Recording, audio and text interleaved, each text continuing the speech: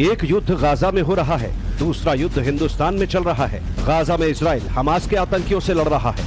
हिंदुस्तान में मोदी हमास के हमदर्दों से लड़ रहे हैं, उन लोगों से लड़ रहे हैं जो मजहब के नाम पर, कौम के नाम पर मुसलमानों को भड़का रहे हैं। हमें इस्तेमाल किया जाता है और जब वक्त आता है कि हमें वह अपना हक दें, किसी ने हक नहीं दिया, सिर्फ बातें की। हाँ हाँ, आप हमें वोट दीजिए, हम भी कर देंगे, वो भी कर देंगे। मगर जब वक्त आया, हमारा वोट ले लिया, उसके बाद आप कौन, हम कौन। पिछले 24 घंटे से एंटी मोदी गैंग फिर से एक्टिव है। मोदी के विरोध में नया नैरेटिव बनाया जा रहा है। मोदी की इमेज को खराब करने के लिए माहौल बनाया जा रहा है। पोस्टर यूएन की वोटिंग का दिखाया जा रहा है। टारगेट पर मोदी को लिया जा रहा है। एआईएमआईएम के इम्तियाज जलील हों या फिर कांग्रेस वाली प्रियंका गांधी, मोदी विरोधी हर पार्टी की लाइन एक ही है। एंटी मोदी मोर्चा एकजुट होकर झूठ फैला रहा है। झूठ को इतना जोर से बोलो कि वो सच लगने लगे। एंटी मोदी गैंग इसी लाइन पर आगे बढ़ रहा है। देश में चिल्ला चिल्ला कर झूठ सुना रहा है। भारत युद्ध चाहता है, भारत युद्ध के फेवर में खड़ा है। मोदी मुसलमानों की मौत चाहते हैं। भारत सरकार चाहती है कि फिलिस्तीन पर बमबारी हो और गाजा में युद्ध ऐसे ही चलता रहे। मोदी विरोधी गैंग आधी बात बताता है, मोदी के नाम पर भ्रम फैलाता है, लेकिन सच क्या है ये कभी नहीं बताता, क्योंकि अगर मुसलमान सच जान जाएगा तो वो मोदी के साथ खड़ा हो जाएगा। एंटी मोदी गैंग का प्लान ये कि मोदी विरोधी फिलिस्तीन के नाम पर गाजा की आतंकियों की पिक्चर दिखाएंगे, युद्ध में घायल फिलिस्तीनियों की वीडियो चलाएंगे, मुसलमान की रट लगाएंगे और चुनाव में खूब वोट पाएंगे। ये काम 2023 में भी होगा और ये एजेंडा 2024 में भी चलेगा। लेकिन ये सच आपको विपक्ष नहीं बताएगा, क्योंकि मोदी विरोधी सिलेक्टिव पॉलिटिक्स करते हैं। वो फिलिस्तीन का नाम लेते हैं लेकिन हमास पर कुछ नहीं बोलते। मोदी विरोधी गाजा के लोगों को मासूम बताएंगे, लेकिन इजराइल में हुए नरसंहार पर चुप्पी साध जाएंगे। मोदी ने पिछले 24 दिन में इजराइल हमास युद्ध पर अपनी पिक्चर क्रिस्टल क्लियर कर दी है। मोदी ने क्या किया है वो हम आपको बताएंगे, क्योंकि सच जानना देश के लिए बहुत जरूरी है। मोदी विरोधियों को लगता है कि वो मुसलमान की रट लगाएंगे, मुस्लिम वोटरों को ललचाएंगे तो मोदी बैकफुट पर आ जाएंगे, लेकिन मोदी झुकेंगे नहीं। ये बात मोदी पहले ही क्लियर कर चुके हैं। यूएन में भी यही हुआ। वहां भी 54 इस्लामिक मुल्कों ने अपना डिप्लोमेसी वाला खेल खेला। मोदी ने इस खेल को ही खारिज कर दिया, क्योंकि मोदी वही करेंगे जो 100 करोड़ हिंदुस्तानियों के हित में होगा। अब ये समझिए कि यूएन में क्या हुआ था और मोदी ने कैसे विपक्ष और इस्लामिक मुल्कों की दुहाई देने वालों के खेल में उन्हें ही फंसा दिया। गाजा में सीज फायर के लिए यूएन में वोटिंग हुई। इजराइल को लेकर मतदान हुआ। यूएन के जनरल असेंबली में 179 देश के रिप्रेजेंटेटिव बैठे। सबके सामने इजराइल हमास युद्ध को लेकर 2 पेपर रखे गए। दोनों पर वोटिंग हुई। पहला पेपर जॉर्डन ने रखा, दूसरा कनाडा ने। पहले पेपर में सीज फायर की बात थी, तत्काल, टिकाऊ और निरंतर मानवीय संघर्ष पर ब्रेक लगाने की बात कही गई। गाजा पट्टी में आवश्यक वस्तुओं पर सेवाओं के तत्काल, पर्याप्त और निर्बाध जारी रखने की डिमांड की गई। लेकिन इजराइल में हमास के आतंकी हमले और इजराइल के बंधकों को लेकर इस पेपर में चुप्पी थी। भारत ने इस प्रस्ताव पर अपनी पूरी बात कही, लेकिन वोटिंग में हिस्सा नहीं लिया। In a world where differences and disputes should be resolved by dialogue, this august body should be deeply concerned at recourse to violence. That too, when it happens on a scale and intensity that is an affront to basic human values.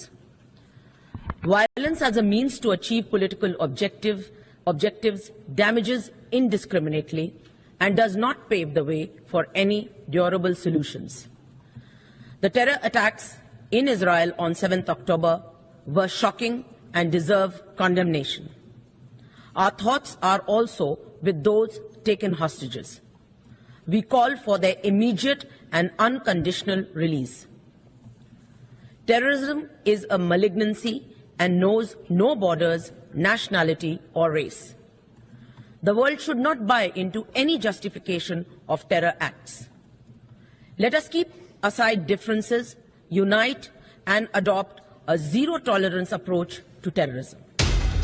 UN में Israel और Hamas युद्ध पर दूसरा paper Canada की तरफ से आया। इस पेपर में इजराइल पर हमास के हमले को टेरर एक्ट बताया गया। 7 अक्टूबर के हमले को आतंकवादी हमला कहा गया। इसे कतई स्वीकार न करने की बात कही गई।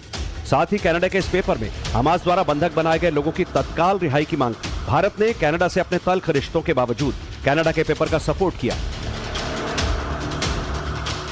इजराइल के लिए बल्कि आतंकवाद पर जीरो टॉलरेंस की पॉलिसी के लिए। लेकिन इस पेपर को इस्लामिक मुल्कों ने सपोर्ट नहीं दिया। यूएन में इस्लामी मुल्कों का नंबर ज्यादा है, उन्होंने इसका फायदा उठाया। सारे इस्लामी मुल्क इजराइल के विरोध में खड़े हो गए। रिजल्ट ये कि भारत और कई अन्य देशों के समर्थन के बावजूद भी कनाडा के इस प्रस्ताव को पर्याप्त वोट नहीं मिले। ये प्रस्ताव पारित नहीं हुआ। India has always supported a negotiated two-state solution to the Israel-Palestine issue, leading to the establishment of a sovereign, independent and viable state of Palestine, living within secure and recognized borders, side by side in peace with Israel. For this, we urge the parties to de-escalate, eschew violence and work towards creating conditions for an early resumption of direct peace negotiations. We hope that the deliberations of this Assembly will send a clear message against terror and violence and expand prospects for diplomacy and dialogue while addressing the humanitarian crisis that confronts us. UN में Jordan का paper ही पास हुआ। Jordan अरबी मुसलमानों का देश है। इस्लामी country होने के कारण वो हमास और इजराइल की इस लड़ाई में हमास के साथ दिखता है। गाजा और फिलिस्तीन का नाम लेकर जो मोदी विरोधी हिंदुस्तान में कर रहे हैं, वही काम यूएन में हुआ।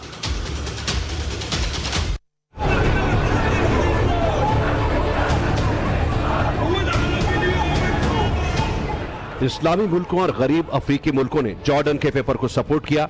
इस बिल पर फाइनल वोटिंग हुई। जॉर्डन के पेपर पर 179 देशों ने हिस्सा लिया। इस पेपर के सपोर्ट में 120 वोट पड़े, विरोध में 14 और 45 देशों ने हिस्सा नहीं लिया। जॉर्डन के इस पेपर पर हुई वोटिंग में इजराइल भी शामिल हुआ। इजराइल ने प्रस्ताव के विरोध में वोट डाला। अमेरिका ने भी इजराइल का ही सपोर्ट किया।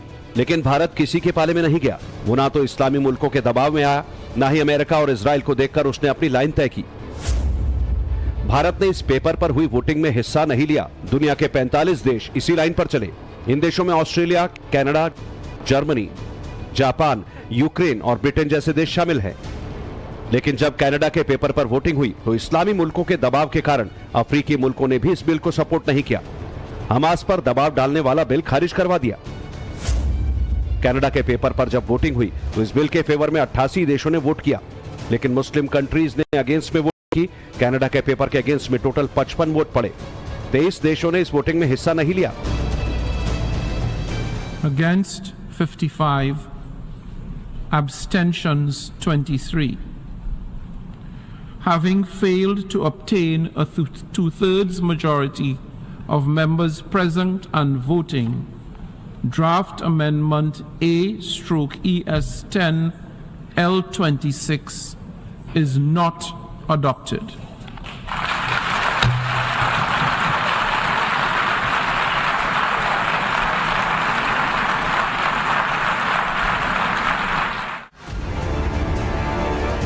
जॉर्डन का पेपर इसलिए पास हुआ क्योंकि 57 इस्लामिक मुल्कों ने एक तरफा वोटिंग की, इजराइल के विरोध में वोटिंग की। लेकिन भारत ने इस पेपर को सपोर्ट नहीं किया। मोदी ने यहां अपनी लाइन ली। अगर आप इस बात को अब तक नहीं समझे हैं तो मोदी की लाइन क्या है वो आप इस तरीके से समझिए। मोदी की लाइन बस इतनी है कि भारत ना तो कभी टेररिज्म का सपोर्टर था, ना भी वो टेररिज्म के साथ है, ना ही भविष्य में भारत कभी टेररिज्म को सपोर्ट करेगा। लेकिन ये बात विरोधी कभी नहीं बताएंगे, क्योंकि ये बात अगर देश जान जाएगा तो मोदी विरोधियों की पॉलिटिक्स पर ताला लटक जाएगा। फेक नैरेटिव की दुकान बंद हो जाएगी। मोदी विरोध में उनका नैरेटिव फ्लॉप हो जाएगा। मोदी ने जॉर्डन के प्रस्ताव का विरोध इसलिए किया क्योंकि उस प्रस्ताव में कहीं भी हमास का जिक्र नहीं था। हमास को आतंकवादी संगठन नहीं बताया गया था, न ही बंधकों की रिहाई की इसमें बात थी। मोदी हमेशा शांति की बात करते हैं, वो आतंकवाद को जड़ से उखाड़ने की बात कहते हैं। टेररिज्म पर मोदी जीरो टॉलरेंस की पॉलिसी रखते हैं और यही दुनिया में लागू करने की बात करते हैं। रूस यूक्रेन के युद्ध में भी मोदी इसी लाइन पर थे। इजराइल हमास के युद्ध में भी मोदी यही बात कर रहे हैं।